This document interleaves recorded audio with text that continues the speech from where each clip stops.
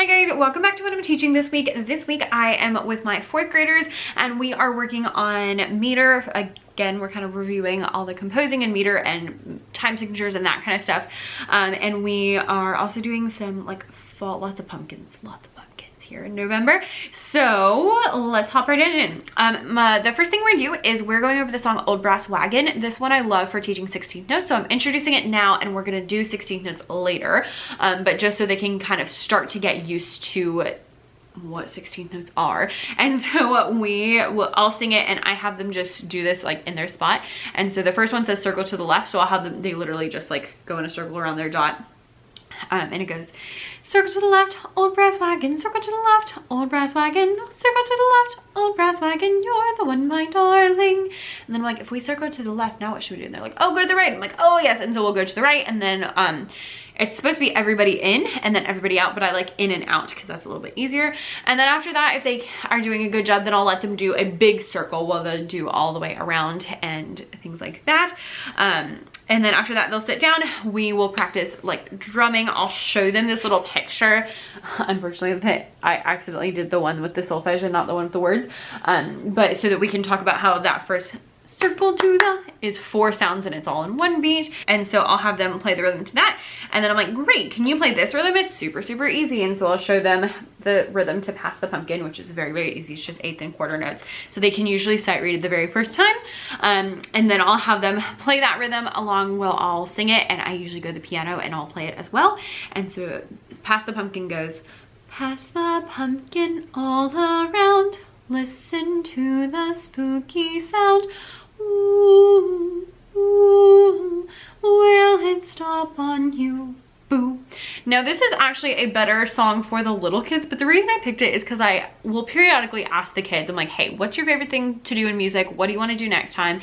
And I've had so many kids lately tell me that they wanted to play hot potato. Because we played hot potato like during game time, like I let them pick a game and they want to play hot potato and I was like, okay, cool, we can do that. And they are just like obsessed. And so they were like, oh, we want to play hot potato. And I was like, okay. And I was doing this with my younger kids and so I was like, we're gonna do it in 4th grade. And you know what? They are loving it. So, you know, I'm not worried. It's not like, you know, the best thing ever, but it's a lot of fun anyway.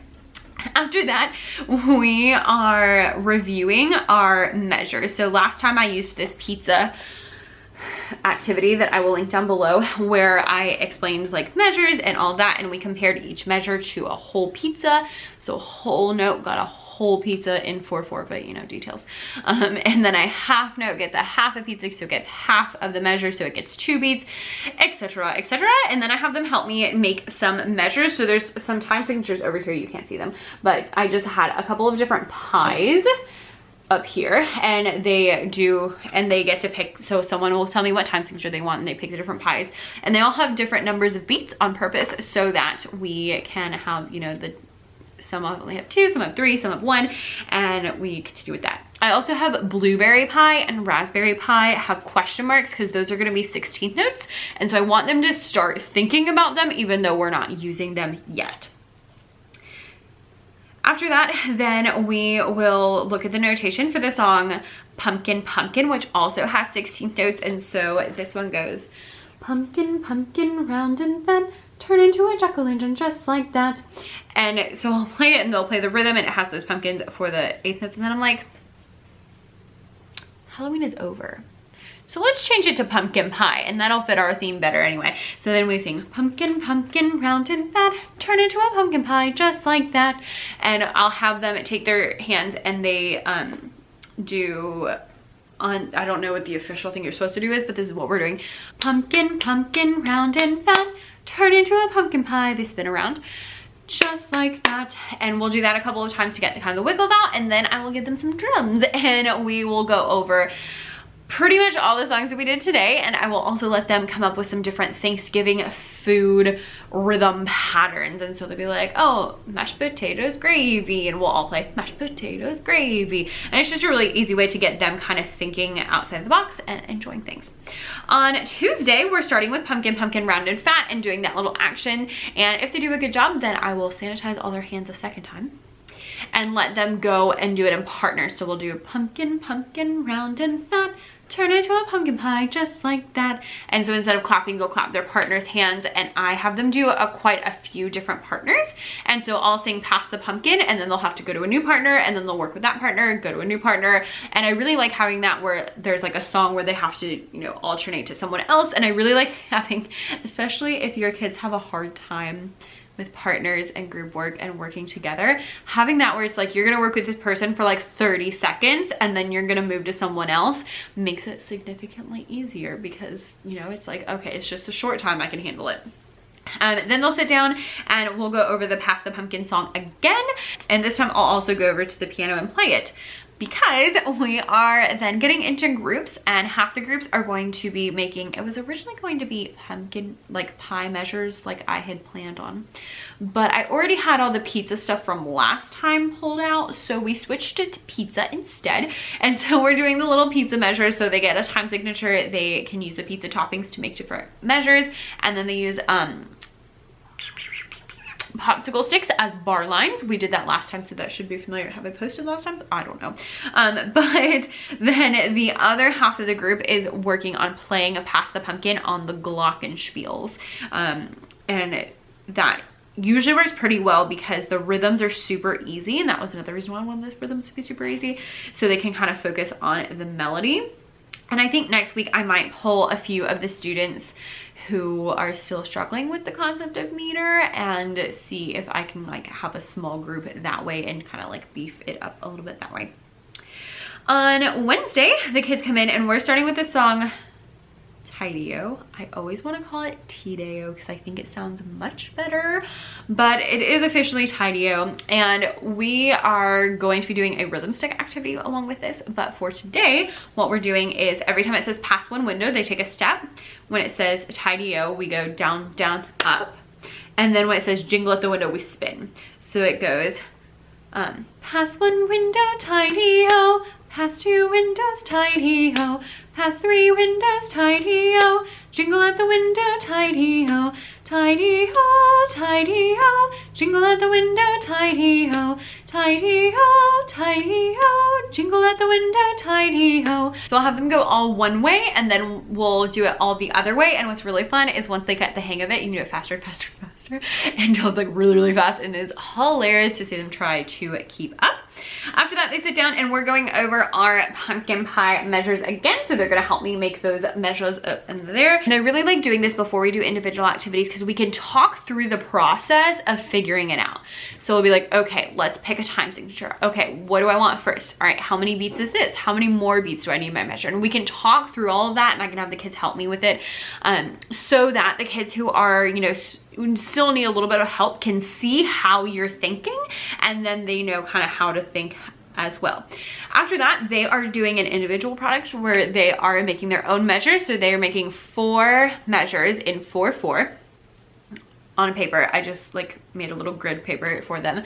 And then after that, once I see their measures, make sure that they're correct, then I give them a glockenspiel, and they get to make up the melody to go along with their rhythm. So that then they have the rhythm and the melody, and it just helps extend it a little bit. And I'm trying to get them started, and I'm trying to get them using more melodic instruments so that we can talk about the melody a little bit more, so that when we go to introduce treble clef, it will not be like, what is A? But they'll already be like, oh yeah, A and B, and they'll, you know, understand it a little bit more as they are working through that. Because I saw it with my 5th graders. I was like, you don't know anything. On Friday, we are, because again, I don't usually plan anything for Thursday, and then actually this week we will have a Thursday. So tomorrow, I think we're going to like finalize our compositions. I might let them record them, or I might let them play for each other. I haven't quite decided. I'll decide tomorrow. And we might do like a play along video, but this will be the only time I see them all 5 days out of this rotation, so I'm not super stressed about it. On Friday, the kids come in and we go over Tideo again, and then we'll go over pumpkin again. Oh, I didn't fix this. And then we'll go over pumpkin again, and then we are doing the pumpkin craft. So this is something I'm very excited about. I might be less excited after Friday when we do it, but we shall see. Basically, I give the kids, they have a bunch of different strips, and each one has different time signatures on it, so they get to pick 6 of whichever time signatures they want. They write that many measures, and then they take their measures and they bring them to me, and I staple and basically you like set them down and fan. I'll put a picture up here. You set them down and you fan them out so they're like in a big circle, and you staple the bottom, and then you collect them up at the top and add a leaf and staple them at the top, and you have a pumpkin, but it has rhythms all over it. And it's really fun and easy little craft that you can do that is not very messy. You can even have them like draw in color, so I might have them decorate. We'll see how much time it takes, but you can also, you know, see, hey, who has the correct number of beads? That's an important thing to know. And so that is a really simple and easy thing to do. Then after that, we are doing the song Pass the Pumpkin, and we are playing the passing game where whoever it lands on is out. So like hot potato, because that's what they told me they wanted to do. So that is what we're going to do. All right, friends, that is all I'm teaching my 4th graders in the month of November. I'm super excited because next time we do one of these for 4th grade, we'll be talking all the holiday things, and I'm so excited. I am unreasonably excited about holiday stuff. I'm not gonna lie. It's seriously, it was October, and usually in October, if I see like Christmas stuff in the store, I get really irritated, and this year I was like, Christmas! I'm like pumped. So hopefully you're excited for holiday stuff too. Our next one will be the 5th grade lessons, and then I think we'll be into holidays. So that's super exciting.